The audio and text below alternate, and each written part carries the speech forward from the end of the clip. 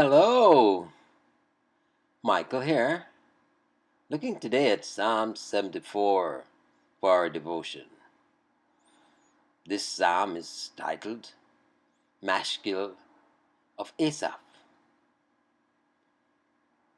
When you see Maschil of Asaph, it indicates a contemplative or instructional psalm composed by Asaph, who was one of the chief musicians and psalmists appointed by King David for temple worship. The psalm labeled as Maschil tend to be more reflective and didactic in nature, often containing historical lessons, moral instructions, deep spiritual contemplation, and wisdom teachings. The title of Maschil of Asaph, as we say, alludes to an instructive psalm by Asaph. The history of the suffering church is always edifying when we see how the faithful trusted and wrestled with their God in times of dire distress. We're thereby taught how to behave ourselves under similar circumstances. We learn, moreover, that when fiery trials befall us, no strange thing happened unto us. We are following the trail of the host of God. This psalm may be subtitled, Arise, O God, defend your cause. And we're going to read the psalm in totality. Psalm 74, verse 1. O God, why hast thou cast us off forever? Why doth thine anger smoke against the sheep of thy pasture?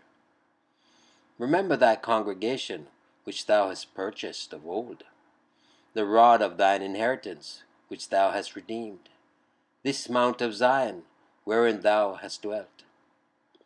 Lift up thy feet unto the perpetual desolations, even all that the enemy hath done wickedly in the sanctuary. Thine enemies roar in the midst of thy congregations. They set up their ensigns for signs. A man was famous according as he had lifted up axes upon the thick trees. But now they break down the carved work thereof at once, with axes and hammers. They have cast fire into thy sanctuary. They have defiled thy casting down, the dwelling place of thy name, to the ground.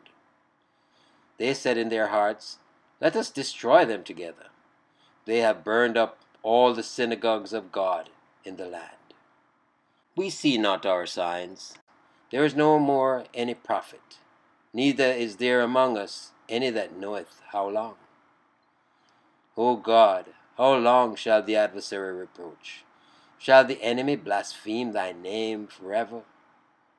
Why withdrawest thou thy hand, even thy right hand? Pluck it out of thy bosom.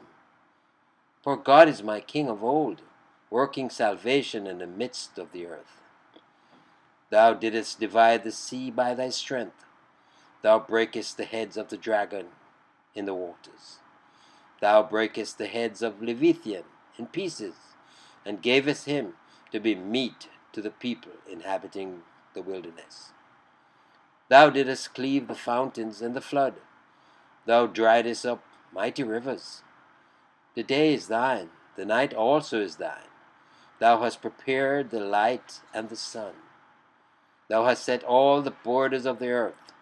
Thou hast made summer and winter. Remember this, that the enemy hath reproached, O Lord, and that the foolish people have blasphemed thy name.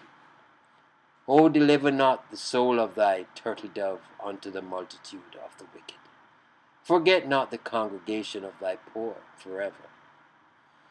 Have respect unto the covenant, for the dark places of the earth are full of the habitations of cruelty. O let not the oppressed return ashamed. Let the poor and needy praise thy name. Arise, O God, plead thine own cause. Remember how the foolish man reproacheth thee daily. Forget not the voice of thine enemies. The tumult of those that rise up against thee increaseth continually. Yes, We see it. We know it. And we look forward to the exposition on this psalm. God be praised. Trust you enjoy the reading of Psalms 74. This is Michael saying once again, Jesus is Lord. Until next time, be blessed.